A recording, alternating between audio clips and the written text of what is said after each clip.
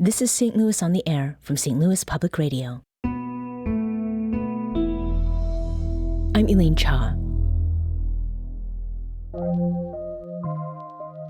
In 1967, James Earl Ray escaped a Missouri prison. He came from a St. Louis family and had led a life of crime. In 1968, a year after his jailbreak, America came to know him as a killer, the assassin of civil rights icon Martin Luther King Jr. Ray confessed to the killing and then later retracted that confession. He is still in prison for murder. But this summer, there came an unexpected release. The Trump administration unsealed more than 243,000 files from the FBI investigation into MLK's assassination, and that release started an unlikely chain of events that led filmmaker Nina Gilden Seavey to a stunning revelation. Seavey is a St. Louis native and documentarian. She's been studying the MLK assassination for decades, and she's particularly interested in a theory about a conspiracy to kill the civil rights leader. At the center of that theory is a St. Louis criminal named Russell Byers. I said, what do I got to do to make you $50,000? He says, you got to kill Martin Luther King.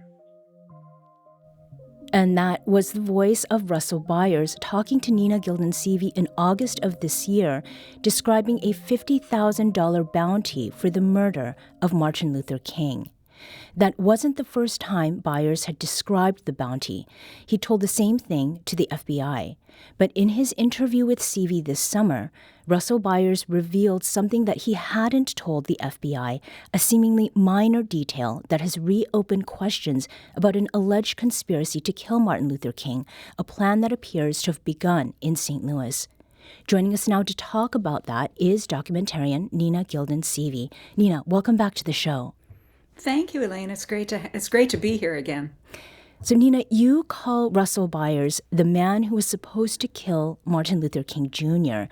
What do we know about what Byers was doing in St. Louis in the late 1960s? So Byers was a longtime, well-known criminal. He was a thief. He stole cars. He stole art. But he was so good at being this criminal that he never served a day in jail. I mean, he was indicted many times, but he always got off. But in the meantime, he also, so he was sort of this high-profile criminal. He was contacted by a buddy of his, a man named John Kaufman. And John Kaufman had a motel in Imperial, Missouri. And that motel was a place where he frequently, stored his stolen goods and, kind of just sort of, they did business together. Mm-hmm. And he was, Kaufman was all in it with him. And he said one day, he said to Byers, he says, do you want to make $50,000? And Byers says, well, what do I got to do? And so Kaufman says to him, well, meet me at 6:30 p.m. and we're going to go see a man. And that man was John Sutherland. Now, Imperial is just about 25, 30 minutes outside of St.Louis. And Sutherland was a well-known St. Louis patent lawyer. But he was also a die-hard right-wing supporter of, most of the right-wing causes, the White Citizens Council, the John Birch Society, so many of St. Louis's far right-wing causes and organizations. And the two of them, Kaufman and Byers, went to John Sutherland's house that night. And that's where the offer was made. Now, just a couple things. One is that Byers, who always said that he never wanted to deal drugs or kill people. And the reason he said that was because he thought that was the best way to end up in jail. But in that conversation that I had with him, he made he said, and he repeated, and he said this to the FBI. He also said this to the House Committee on Assassinations in 1978. He said, but he had a brother-in-law who was in the Missouri State Penitentiary, who was serving a life sentence for having arranged a hit on somebody who was ultimately murdered. And that guy named John Spica, who was Russell Byers' brother-in-law, was serving time with James Earl Ray. That was just one of many, many connections. Right. And we are going to talk more about this offer and the conversation that you had with Byers a little later in the show. Okay. But to get to James Earl Ray, whom you do discuss in your December 1st essay in Slate magazine, Ray retracted his guilty plea to killing Martin Luther King Jr. and maintains that there was a conspiracy. That bounty, the $50,000, did Ray ever talk about this? We're talking, so be specific, because there's James Earl Ray and there's also his brothers. Oh, yes. So John and Jerry. Did James Earl Ray himself, did he ever talk about the bounty? So he didn't talk specifically about that bounty. He had this story that there was a guy named Raoul who provided all of the money and who sort of backed, because here's, James Earl Ray was on, like you said, was on the lam for like a year before he assassinated King. So he was living the life of Riley. He was, going to Canada and Mexico, and he got a nose job, and he saw a therapist, and he was working for the George Wallace campaign, and he was taking dancing lessons, and he was a pornographer. He went to bartending school. He was really having a great time. And then in early sort of February, March, he leaves his home in Los Angeles. He was living in Los Angeles at the time. And he drives eastward to Atlanta and begins to stalk Martin Luther King. And he said a guy named Raoul set him up to it. Well, nobody ever believed the Raoul thing. That was clearly fictitious. But what it was, and the House Committee on Assassinations came to believe through many, many different pieces of evidence, that the people that James Earl Ray was covering for were his brothers, John and Jerry, and specifically John, who owned a bar in South St. Louis called the Grapevine Tavern, which was down on Arsenal Street. Building still exists.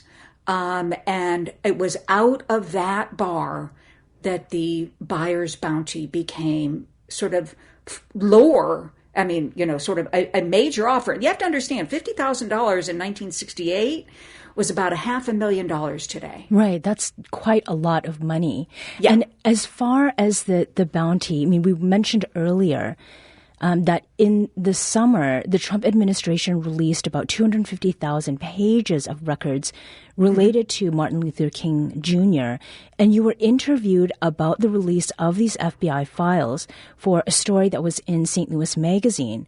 Right. And it was after that story came out that you received a message that led to this unexpected chain of events that we mentioned earlier. Tell us, Nina, about getting that message. So I get a lot of strange things, a lot of strange messages. It's not the first time, but this time I got this message from a guy I didn't know, and it says the man who arranged for who brokered, that was the word that he used, brokered the assassination of King, is still alive. Now, as you said in your intro, I've been studying this, kind of this story for a very long time. And by the way, 250,000 pages of documents is not that much for people like me. That is just the tip of the iceberg. And believe me, there's a lot more to come. But no matter, so I got this email and I thought, and I get a lot of these crazy emails and I usually just delete them and just throw them away. But this one, I was like, this guy's talking about Russell Byers. And Byers was a guy I thought had been dead for a long time. And so I contacted this guy and I said to him, listen, I'd like to talk to Russell Byers if he's still alive. And he says, sure enough. And I soon found myself on the phone with Russell Byers. And he was definitely alive, sort of at the end of his life. He was 93 years old at the time. And he was just about to have surgery to lop off some small part of his body due to neuropathy. And so we made an arrangement to speak, which we did, and he agreed that I could record him in that conversation for what in my world is known as a pre-interview. Before I take a camera crew anywhere, I got to talk to somebody, and I need to talk to them, have a good recollection. So I always record it, and he agreed. And then And then he did something very strange, but not surprising. And I think, I mean, as far as then talking with Byers at that point, very quickly, why did you want to talk to him?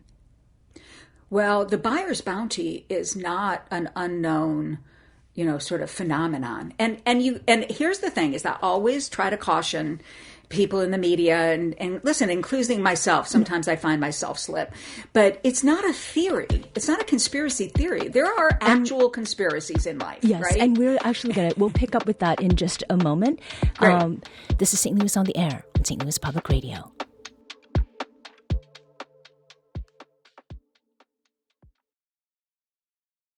Welcome back. I'm Elaine Cha. Let's return to our conversation with documentary filmmaker and St. Louis native Nina Gilden Seavey.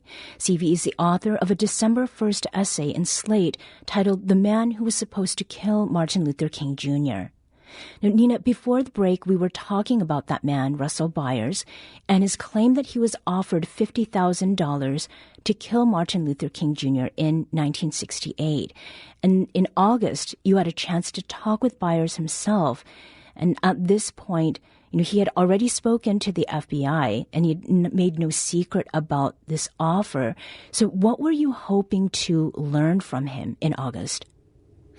Well, I think I wasn't sure. I mean, first of all, I'd always thought he was dead.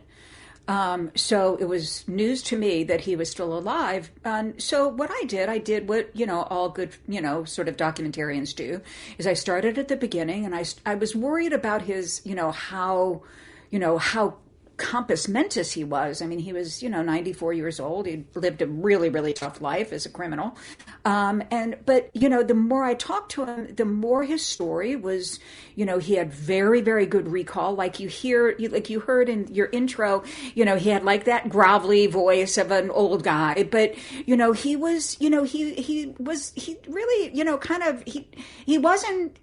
confused at all. And I pressed him a number of times on various things to make sure that, his recollection was, fit with what I know the record was, because I've seen these FBI documents. I've read everything about him from the House Select Committee on Assassinations. I mean, he testified before the committee for several hours in both closed session and in open session, and the open session materials obviously are, on the record. But then he did something that took me by surprise. And I don't know if you want to talk about that now, or you want to keep that a little bit for a bit and for later. Well, before we get to that, though, Nina, you were making a point about the conspiracy to assassinate Martin Luther King Jr. not being a conspiracy. Not being a theory. Not being a theory. Yes, absolutely. Yes. Not being a theory. Let's be clear about that. Yeah, There are conspiracies that are true. And it takes a lot to make a conspiracy. One thing it takes is that not many people can know about it. And this was certainly the case here. Now, Russell Byers, according to his testimony before the House, I'm going to say HSCA, which is House Select Committee on Assassinations, HSCA, and his reporting to the FBI, had told only a few people about the bounty offer.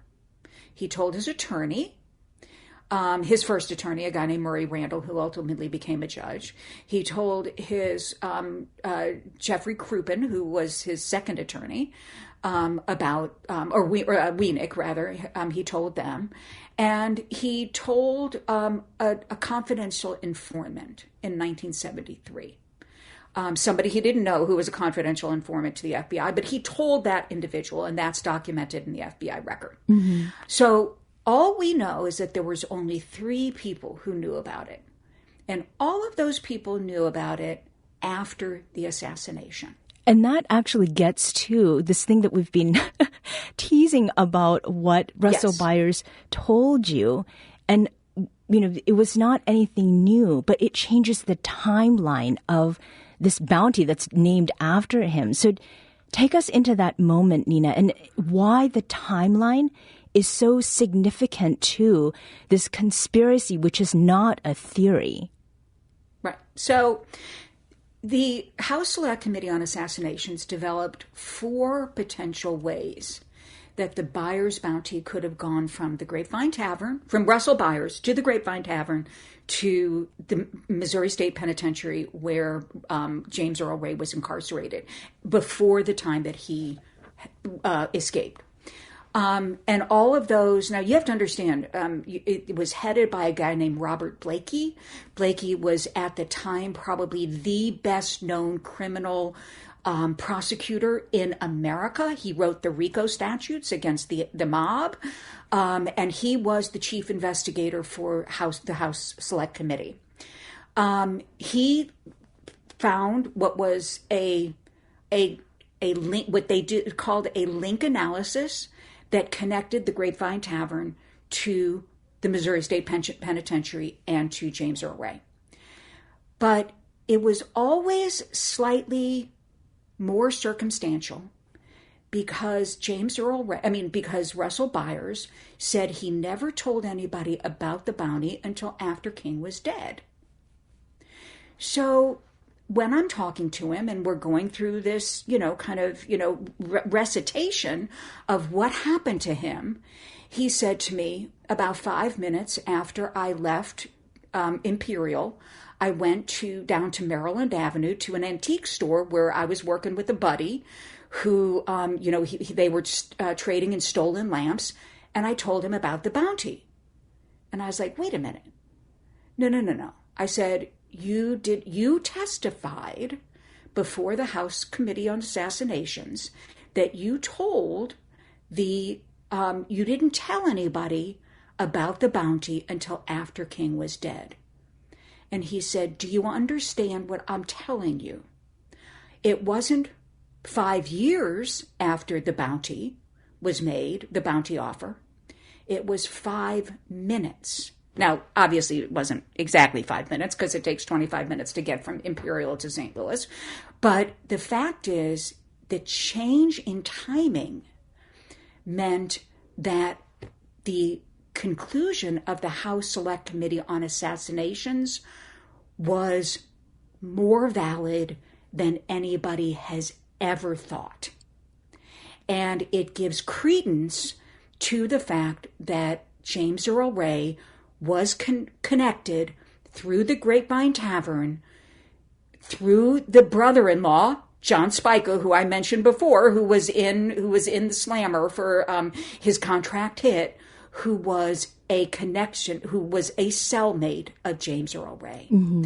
And there are many, many connections. I'm not going to go into them all because they're like, I got to make your audience just go blurry-eyed. Right. But the connections that the House Select Committee on Assassinations and that Robert Blakey made were so tight, but they were all predicated and somewhat conditional on the fact that Russell Byers had not told anybody until after the assassination. Mm-hmm.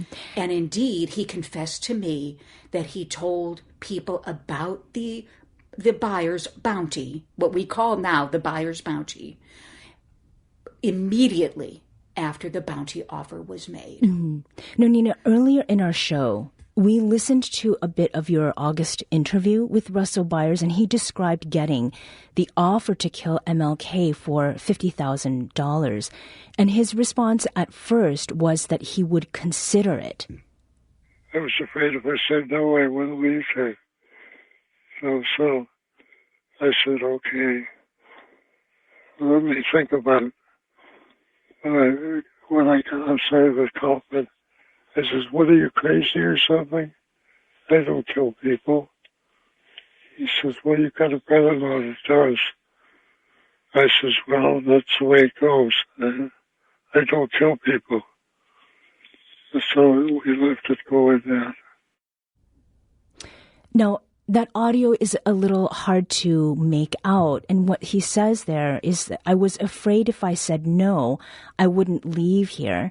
So I said, okay, let me think about it. When I got outside, you're crazy or something. I mean, what he's telling you there, what stood out to you about this description? Is Byers saying that he actually was thinking about taking this offer up and then backtracked because, as he says, that he doesn't kill people? Well, I mean, I think, and you extend that just a little bit further, that in that interview, he says, well, you have a brother-in-law who does. Mm-hmm.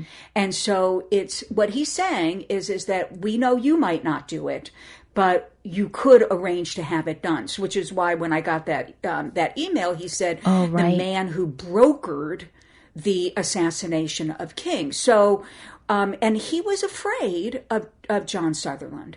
He was, he walked into Sutherland's home and Sutherland had this, kind of Confederate cap on. He walked into the house. It was full of all of this rebel paraphernalia and Confederate flags and, swords. And, this man was living in the antebellum era and the antebellum period. So he was worried if he said no right out, he might not get out of there alive. So he said he told the committee he crawfished a little, meaning that he sort of sidled to the side a little bit. And he said, let me think about it. And they didn't care whether he did it himself or whether he arranged to have it done. But this was a man in St. Louis who was probably the prime number one candidate if you wanted to have a major public murder of a national figure. Russell Byers was the man to go to. Mm-hmm.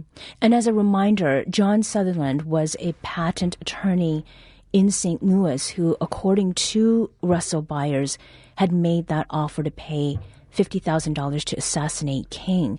Nina, what happened to John Sutherland?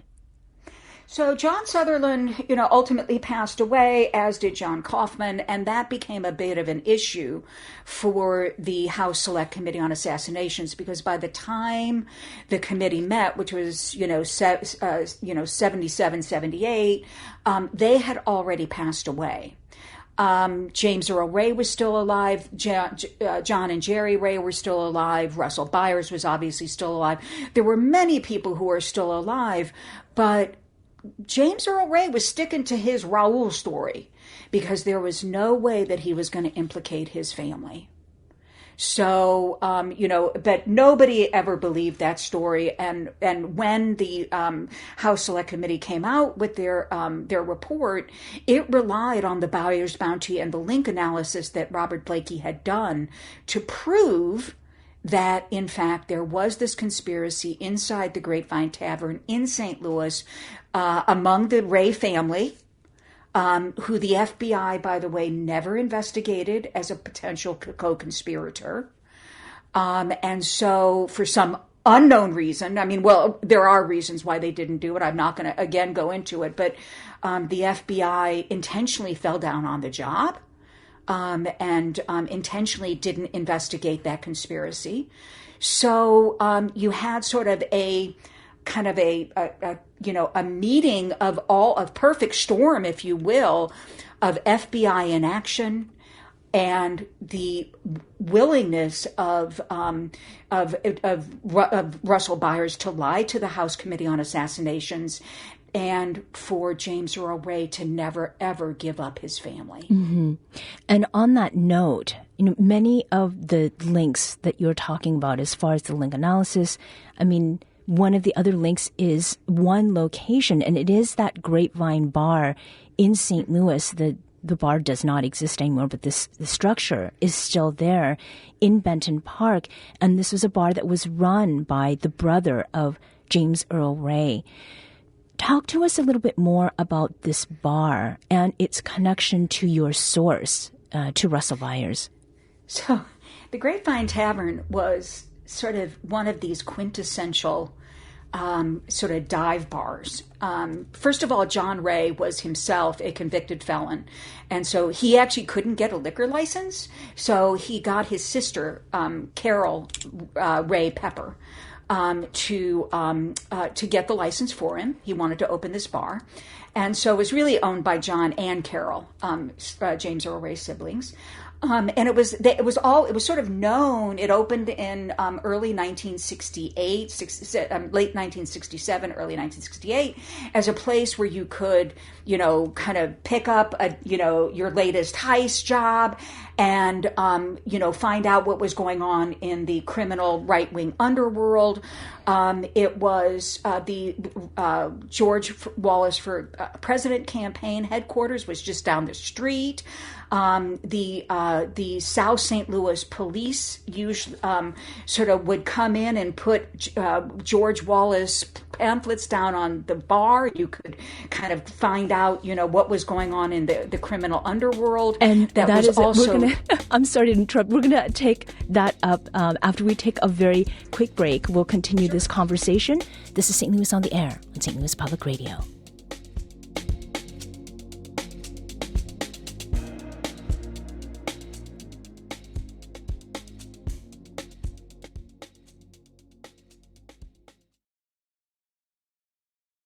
Welcome back. I'm Elaine Cha. We're talking today about new evidence in the assassination of Martin Luther King. I'm speaking with documentary filmmaker and St. Louis native Nina Gilden Seavey. Seavey is the author of a December 1st essay in Slate titled The Man Who Was Supposed to Kill Martin Luther King Jr. Nina, you interviewed Byers shortly before he died in October, and he revealed that he spoke about a $50,000 bounty before the killing of Martin Luther King, which is not what he testified to the FBI. And he told you that, in fact, he revealed this bounty immediately after hearing about it.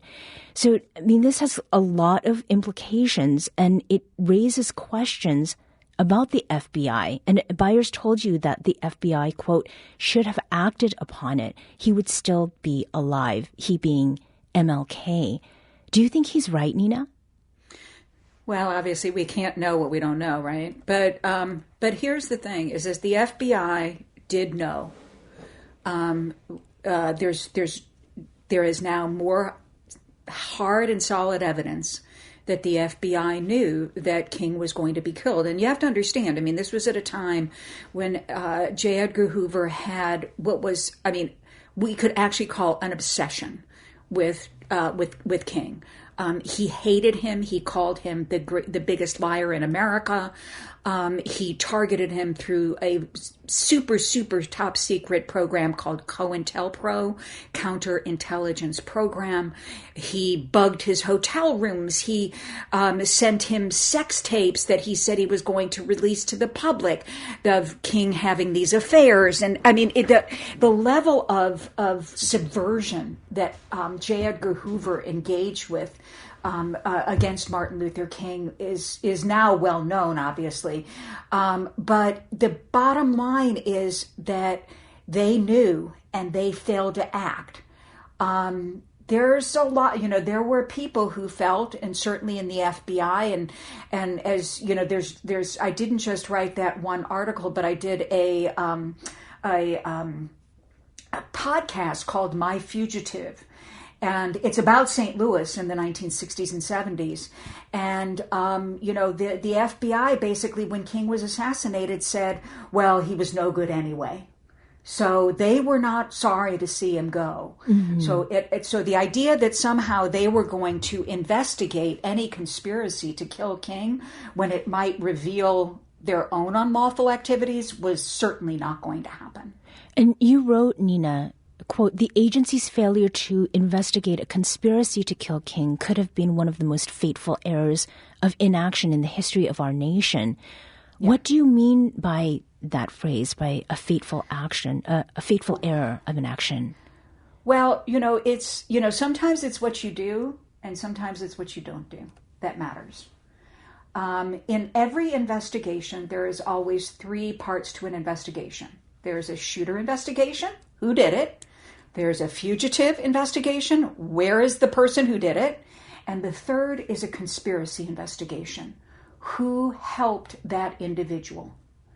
And it was that third tranche of what J. Edgar Hoover knew and did in every other criminal proceeding that the FBI was involved in the 50 years that man led the agency. He didn't do it in the case of James Earl Ray and the assassination of King. And again, there's some pretty complicated reasons that I go into more into my fugitive, also into other things that I've written, and then also in the Slate article. But this now this is ongoing, because this notion of what we don't know. And again, those 250,000 pages of documents is just a drop in the bucket, in my view. Mm-hmm. There are millions of pages still yet to be released. There are tapes, there are memoranda, and there is the entirety of the House Select Committee on Assassinations, their closed sessions, their depositions, everything. James Earl Ray testified in closed session as well as in open session. Jerry Ray testified without an attorney for 2 solid days in closed session. None of that has been made public yet. Is that part of what you would like to see? And what other records? Yeah. I mean, there are, and look, people like me, we are now using AI to be able to comb through this material much more quickly. If you saw the room in which I'm sitting to do this interview, it is lined with binders of documents that have been, 130,000 pages used alone in my fugitive, which again goes, has some to do with in episodes 7 and 8 of this assassination to kill King, and other documents that we have found, and all of it is located in St. Louis. Mm-hmm. I don't think that I can stress enough how much of an epicenter, a crucible, St. Louis became, and again, for a variety of reasons. It became a real hotbed down on Arsenal Street, specifically at the Grapevine Tavern. It became a crucible for the right wing criminal underworld. Mm-hmm. And you're talking with Russell Byers, the way that you were made aware that he was in fact alive and not deceased, as you had thought for a long time. I mean, he was still here in the St. Louis area in Creve Coeur. I mean, is there anything you wish that you had time to ask him? Well, I did a pretty thorough interview with him. I'm always thinking, oh my gosh, I wish I had, like this little detail. But, to be honest, those, that is so, it's so granular, the things that I'm interested in. And to be honest, I would really rather see them in the documents. I think for me, the revelation that he had lied to the committee, that he had no compunction to tell the truth to the committee, that, and look, I understand he did not want to go to jail. And if he told everybody who was in authority that he had not said anything until after the assassination, then he was in the clear. And so that was his story. And at the age of 93, and then he turned 94 during the time that he and I were kind of talking to each other, he was ready to tell me the truth about when he actually spoke about the Byers Bounty, which then obviously implicated him and the Grapevine Tavern and many people in that circle in the assassination to kill King. Mm-hmm.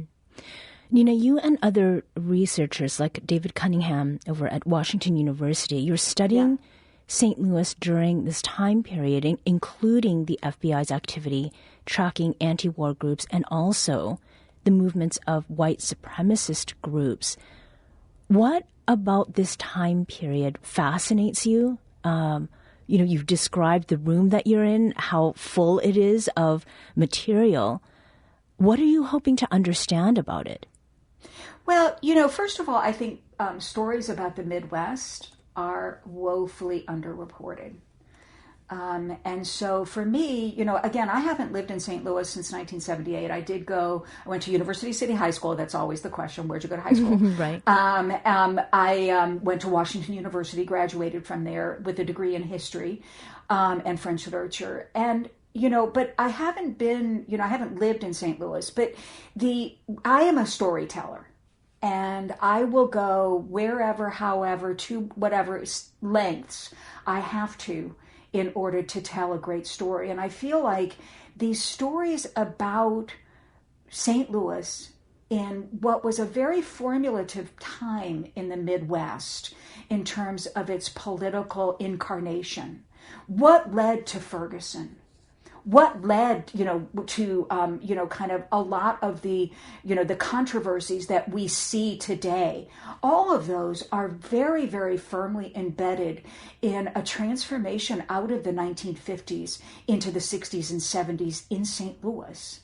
And I think we learn a lot. I'm also a historian, so I love the past and the stories that they bring, but I think they really help us to understand the present. And specifically, I feel like the King family and America needs to know what happened in the King assassination. Nina, the Trump administration's release of these files on the Martin Luther King assassination, they happened under some specific circumstances, and it was under pressure to release information on the case of Jeffrey Epstein. Right. Now, the Trump administration has not been like other administrations. The president does things, in his way. Do you think that he will release any more of these files? And I think, the operative concept there is in his way. I don't think we ever know what he's going to do. And so, I fear that there, and I sense, and dealing with the National Archives and the Senate Historical Office and some of the other official organizations, the agencies that deal with the release of these files, it's not clear that they know. As I said, 250,000 pages is just not that much. And whether or not the HISCA files in particular, and all of that testimony and all of those depositions, is Trump going to release that? I think it's a coin toss. I think if he feels pressure about the Epstein files, he might well, give up, cough up a little bit more, but there's no rhyme or reason to it. And that is very problematic in trying to understand and make sense, and really, in that sense, lay a foundation, a criminal foundation, for the assassination of the nation's leading civil rights icon. Mm-hmm. That's mind-boggling, and we're going to leave it up to chance. I'm not in favor of that. Mm-hmm. In our last few moments here, Nina, Byers speaking to you, I've wondered about what motivated him, and he actually made you an offer. What does that show you about Byers? I mean, does it make him more or less trustworthy? He was a lifelong criminal. I mean, how do we understand this?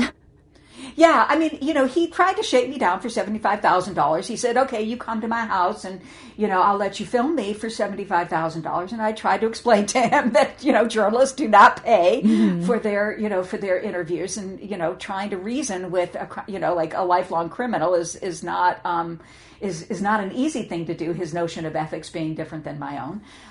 But I think he had no, in that sense, there was no reason for him to tell me what he told me. He had an official story. That official story was something he was willing to give up, in the sense that he was willing to tell me the true story. He knew he was going to die. He was 94 years old. He was being chopped up for parts by the time I got to him. And so, but did he, was he going to try to do what he did to everybody else? I mean, his own attorney said, back in the day, that he was the most dangerous criminal in St. Louis. And if your own attorney says that about you, you gotta, that means you're a pretty bad dude. But I don't think there was no reason for him to tell me the truth. He had a story. And then he said, do you understand what I'm telling you? And I was like, yes, I do. Oh, and Nina, that was profound. we'll be looking forward to what else you uncover. Please stay in touch with us. Nina Gilden Seavey is a St. Louis native, documentary filmmaker, and the author of a December 1st essay in Slate titled The Man Who Was Supposed to Kill Martin Luther King Jr. Nina, thank you so much for joining us today. Thank you, Elaine. And everybody donate to St. Louis Public Radio. It's the best. Thank you.